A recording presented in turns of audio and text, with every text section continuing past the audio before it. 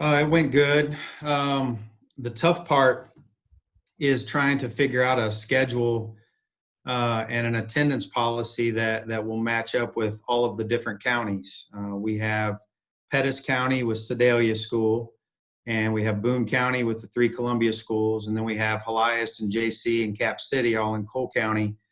And all of our ordinances are different, and so those ordinances from the county health officials affect how we can attend our events. And so we wanted a conference-wide policy, but we're not going to be able to do that because of all the different county ordinances. So it's tough, but we're doing the best we can. So was that meeting all of the athletic directors from the different school districts? Yeah, it was ADs, principals, and superintendents. And so I guess the conclusion of it, did anything get decided out of that other than the fact that it's just going to be everyone does their own thing? Yeah, so we're JC and Cap City. We're leaning towards having a 20% attendance policy, which basically means whatever facility or stadium we're in, we can only have the amount of fans in that equal to 20% of the full capacity of the stadium. So, like for football, we seat 6,000, so it'd be about 1,280 people to be able to come to our football games. We're not 100% sure that that's what we're going to do yet, but that's what we're leaning towards. And then how you divide up that 20%, who you allow to be in that 20% is a whole nother conversation. But we just felt like with Mizzou football being at 20% capacity, some of the stuff we're hearing from our county officials, we just thought it was a consistent, fair plan. But again, it's not finalized, but it's something that we're really working hard on. And we think by the middle of the week, we should have a definitive answer. Will there be any conference-wide policies, maybe not regarding fans, but other things? You know, the only thing that I think might be a conference-wide policy could be no overnight trips, no out-of-state trips, and then obviously trying to employ all the social distancing stuff that you can at all your events. But other than that, it was really hard for all of us to come to common ground because of the difference in the counties. Overall, how are you feeling right now about high school fall sports going on this fall?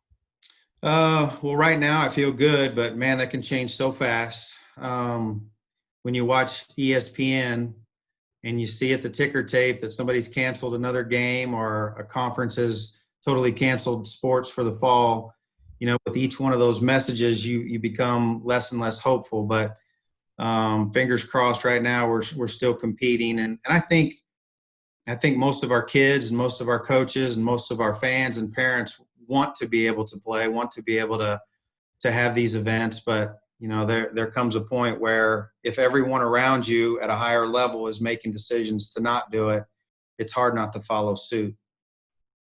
What are some of the unintended consequences you think of sports not going on as playing? Well, kids are going to be bored, and they're probably going to get into more trouble and not be as productive. I think there's statistics that show that when kids participate in activities, they do better in school. And so I just think that's probably the main theme, is trying to keep those kids engaged in something so that they don't get into trouble. And then on the flip side of that, what are your concerns? What are the main concerns for you for having fall sports? Does it give you a little bit more anxiety maybe as the man in charge? Of course. But I think so far society has been pretty forgiving of one another. When somebody gets sick, it's hard to point fingers because you don't know where you're going to get it from. So I don't feel like there's a tremendous amount of pressure on us. At the same time, I want to do what's right for the kids. And there's a fine line between balancing their health and well-being versus competing in athletics and activities. So it's a tightrope that we're trying to walk, and really no answer or no formula is a formula that can't have holes poked in it. No matter what you do, there can be issues with it. So we're just doing the best that we can. Do you feel like Misha is not going to step in, or do you feel like the governor's going to step in, or do you feel like it really will be kind of up to your local, county that you're in? Yeah, it's feeling like it's going to be a local decision. Misha has turned a lot of the reins over to schools and counties, which I understand that because everybody has their rules and their ordinances that they have to abide by. I don't know what Governor Parsons is going to decide. That's probably a little less predictable, just because we're in such close contact with Misha. We know what their stance is, but I'm not in contact with Governor Parsons, so I don't know what he's going to do. But I'm sure he'll do whatever's in the best interest of all of us. With high school practices starting up tomorrow, how are you feeling about that? What are some of the things you guys are doing to help keep the kids safe, I guess? Yeah, so everybody's wearing masks that's not competing, and coaches are wearing gaiters or masks, and everybody's got their own water bottle and trying to stay 6 feet apart. And, you try to have small groups that you can contain people in, to where, if somebody came up with COVID, they test positive, you can kind of look at that group and quarantine them as well. So we're doing everything that we can, and we're doing everything that you hear about on the news. And, at the end of the day, I don't know how much of that is truly effective and how much of it is for show, but we're trying to do everything we can. We're also asking that the kids and the family sign a waiver, just to kind of release us of the responsibility if somebody tests positive, because even if they do test positive, we don't know that it came from sport. It could have come from something they did on the weekend. So taking all those measures, and it's going to look completely different. And I'm going to go to practice tomorrow, football practice, and see how it goes, but should be interesting. Yeah, I'm looking forward to going all across MidMissouri this year. Has your other than you mentioned you're not going to go across the state for games, scheduling the Jays and the Cavaliers schedule football wise, are they the same as normal? Yeah, so far our schedule's as normal.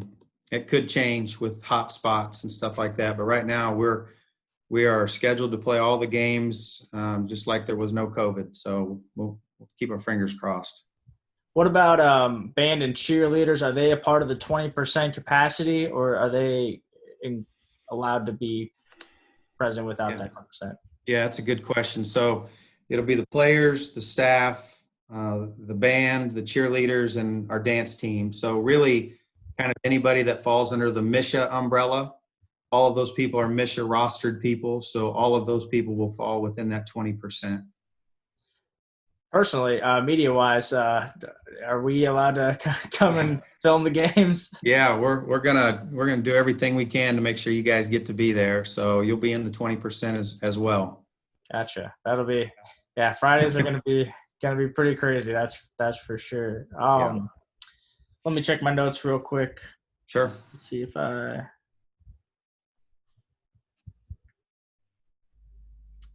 What about travel? Are like for bus wise, is it for a football team of 50, 60, 70 guys? Is it multiple buses, even more than normal, or how does that all work? Yeah, so on the buses, we're going to do seating assignments so that if somebody tests positive, you're going to know the 3 or 4 people that were close enough to you to where we won't have to quarantine everybody on the bus. So we're going to have seating assignments. Everybody's going to be asked to wear masks, and we're going to take multiple buses to try to space everybody apart as far as we can. So doing everything on the transportation front as well. How much has budgeting been a problem for you guys? With I assume you're not getting as much funding as maybe you were in the past. We haven't felt that. Our district has stayed committed to keeping our resources where they were before COVID.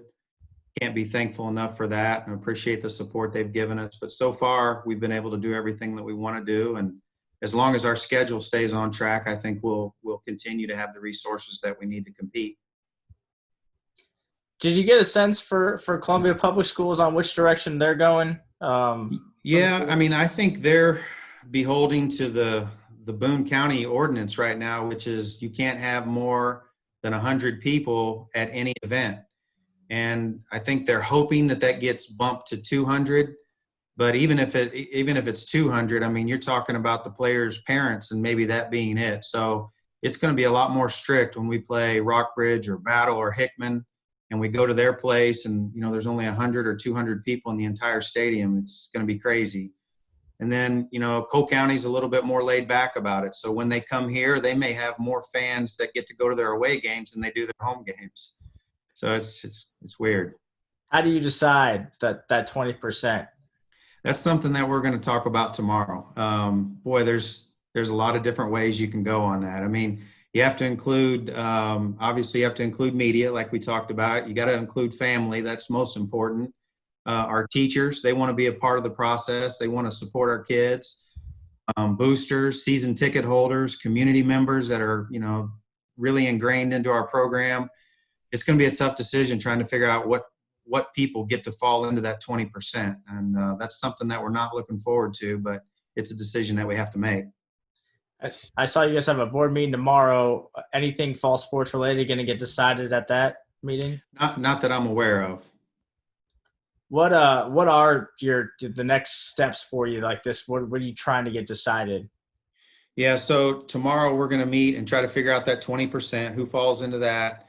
After that, we're going to take our recommendation to Larry Linthicum, our superintendent, and make sure that he approves of it. And if he wants to run that up the ladder, then he'll do that. But those are the steps for us. And then once we have that figured out, we're going to let our conference teams know what our plan is and how many people you can have when you play at Jeff City. And then we're going to start all of the details about lists of who those people are. And that list needs to be at will call or at the front gate. And so it's just a lot of details from this point forward. But I think the takeaway is that we're leaning towards 20%. Now, if our Cole County health officials say, hey, cases have declined, we feel comfortable and confident that we can increase our attendance, and they bump us up to 50%, then everything changes. But right now, it's looking like it's going to be the 20%.